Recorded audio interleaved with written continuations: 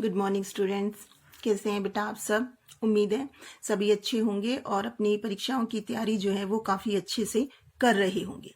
अब हम पहले जो है अपनी व्यवहारिक व्याकरण में सभी जो टॉपिक्स हैं हमारे, चाहे वो वाक्य है, चाहे वो वाच्य है, पद परिचय है और अब रस, ठीक है, इनके बारे में थोड़ा थोड़ा अभ्यास कार्य जो है हम लगातार कर रहे हैं।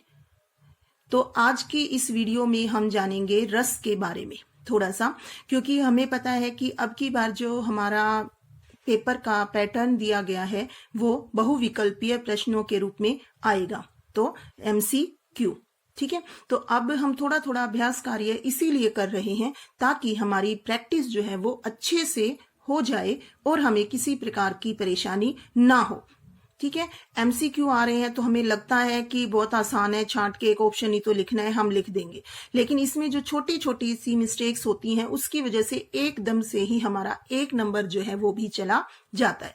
तो हमें थोड़ा सा सावधानी बरतने की जरूरत है। जो भी ऑप्शंस हमें दिए जाते हैं उनको हमें ध्यान से पढ़ना है और उसके बाद ही हमें उसका आंसर लिखना है, ठीक है। तो आज हम रस के बारे में इस वीडियो में पढ़ेंगे कि कैसे हम इनको पता लगाएं कि इसमें कौन सा रस है या किस रस का कौन सा स्थायी भाव है।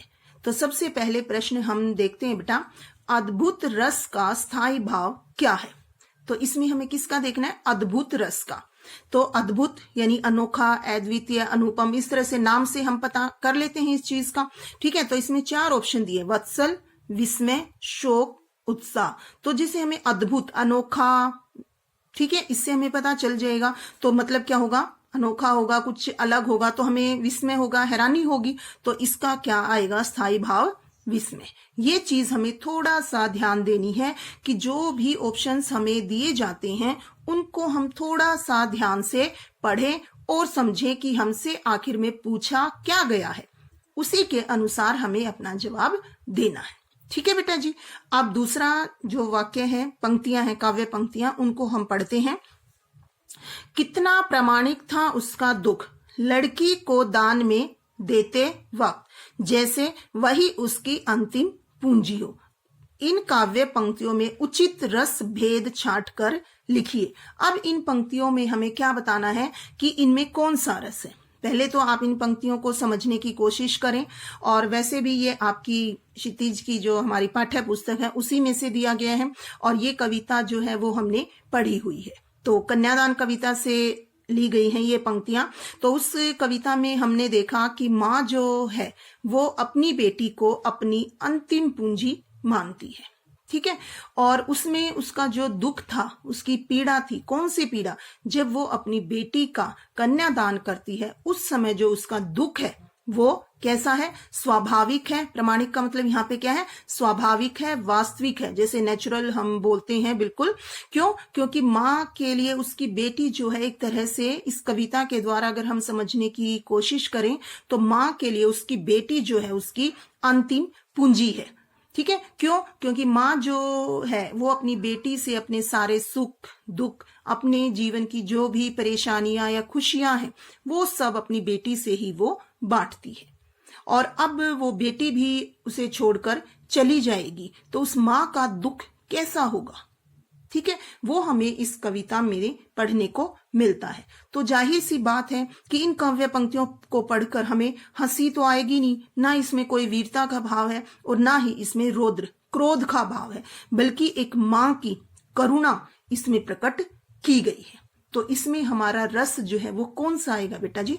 करुण रस, ठीक है। तो माँ का दुख जो है, शोक जो है वो इसमें प्रकट किया गया है कि एक माँ अब अपनी बेटी से दूर हो रही है। हालांकि उसे पता है कि ये जीवन का सत्य है, ठीक है ना, कि बेटी जो है वो शादी करके दूसरे घर चली जाएगी, लेकिन फिर भी जो दुख, जो पीड़ा उस समय उसको हो रही है माँ को, वो हमें इसमें कवि ने बताने की कोशिश की है। तो इसमें हमारा कौन सा रस आएगा? करुण रस, ठीक है। आगे समझ में। अब अगला हम देखते हैं, भय किस रस का स्थायी भाव है, ठीक है। तो भय का मतलब क्या होता है? डर। तो डर वीर रस में तो आएगा नहीं, ना ही श्रृंगार रस में आएगा और ना ही रौद्र रस में आएगा। तो भय किस में आएगा? भयानक रस में। भय किस रस का स्थायी भाव है?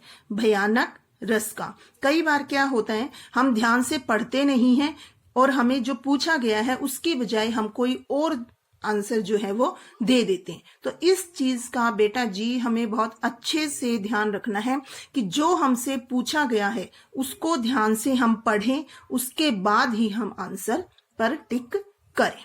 ठीक है, अब अगला जो काव्य पंक्ति है उसको हम ध्यान से पढ़ते हैं और जानने की कोशिश करते हैं कि उसमें कौन सा रस है। तो अब इन काव्य पंक्तियों को पढ़ते हैं। चरण कमल बंदो हरिराई, जाकी कृपा पंगु गिरी लंघे, अंधे को सब कछु दर्शाई। काव्य पंक्तियों में उचित रस भेद छांट कर लिखिए। ठीक है, अब इसमें हमें थोड़ा सा ध्यान देने की जरूरत है, पढ़ने की, इसको समझने की। जैसे ये पंक्ति तो हमारी अलंकार में भी काफी बार आई हुई है, तो इसको पढ़ने से हमें पता चल जाता है कि भगवान के बारे में इसमें बताया गया है। ठीक है ना, हरि राई, चरण कमल बंदो हरि राई, जाकी कृपा, कृपा दया दृष्टि। ठीक है, गिरी लंघे लांघना, गिरी पर्वत, अंधे को सब कछु दर्शाई, अंधे को सब कुछ दिखाई देने लग जाता है। तो मतलब जो भी जैसे पंक्तियां हैं, अब अगर हमें ये देखें, हम इसका एक एक पंक्ति का अर्थ तो हमें समझ नहीं आ रहा, लेकिन अगर हम इसको पढ़ रहे हैं तो हमें पता चल रहा है कि इसमें भगवान के बारे में कहा गया है, यानी कि भक्ति भाव जो है वो हमारा भगवान के प्रति है। ठीक है, तो हमें यही चीज ध्यान से देखनी है बेटा कि काव्य पंक्ति कोई भी आ सकती है, कहीं से भी आ सकती है। हमारे साहित्य की या हिंदी साहित्य की कोई सीमा नहीं है। हजारों लाखों करोड़ों कविताएं हैं। ठीक है, तो हर किसी का मतलब हमें पता हो ये संभव नहीं है, लेकिन अगर हम उन काव्य पंक्तियों को 2 से 3 बार ध्यान से पढ़ लेते हैं तो हमें पता चल जाता है कि उसमें कौन सा रस है या स्थायी भाव, जो भी हमसे पूछा गया है उसको हम छांट कर उसमें लिख सकते हैं। ठीक है, तो अब इसको पढ़ने से ही हमें सीधा पता चल रहा है कि इसमें ना तो डर है, ना इसमें वीरता का भाव है, ना इसमें वात्सल्य का, बल्कि इसमें किसका भाव है? भक्ति का।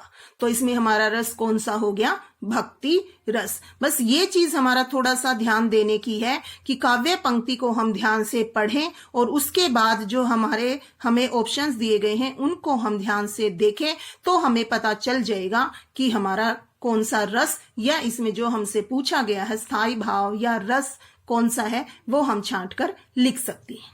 ठीक है, अब इसमें हमारा अंतिम प्रश्न है आज के लिए। रस में जिन पदार्थों का सहारा लेकर स्थायी भाव जागते हैं उन्हें क्या कहते हैं? डैश दिया हुआ है। उद्दीपन विभाव, अनुभाव, आलंबन विभाव, संचारी भाव। जिन पदार्थों का सहारा लेकर, मतलब जिन पदार्थों का, वस्तुओं का या जो भी क्रियाकलाप हमारे उधर हैं उनका सहारा लेकर जो स्थायी भाव जागते हैं उन्हें हम क्या कहते हैं? ठीक है, तो इसका क्या आएगा? आलंबन विभाव। इस चीज को हमें ध्यान से देखने की जरूरत है।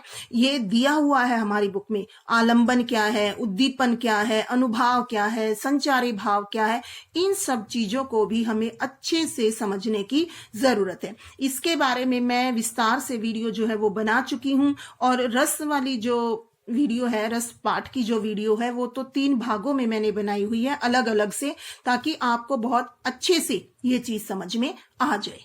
ठीक है, तो आप उस वीडियो को भी ध्यान से देखिए और फिर अपना अभ्यास कार्य जो है वो करने की कोशिश करिए। तो आगे जल्दी ही अगली वीडियो में मिलेंगे एक नए टॉपिक के साथ। तो अब आगे भी हम जो है अभ्यास कार्य पर ही जोर देंगे, क्योंकि सिलेबस जो है वो हम कर चुके हैं, और अब जितनी ज्यादा प्रैक्टिस हम लोग करेंगे उतना ही जो है इन चीजों से संबंधित हमारे डाउट्स जो है वो क्लियर होते चलेंगे। उम्मीद है आज की वीडियो भी आपको पसंद आई होगी, और आगे अब जल्दी ही अगली वीडियो में मिलते हैं। तब तक take care, bye bye, thank you, have a nice day.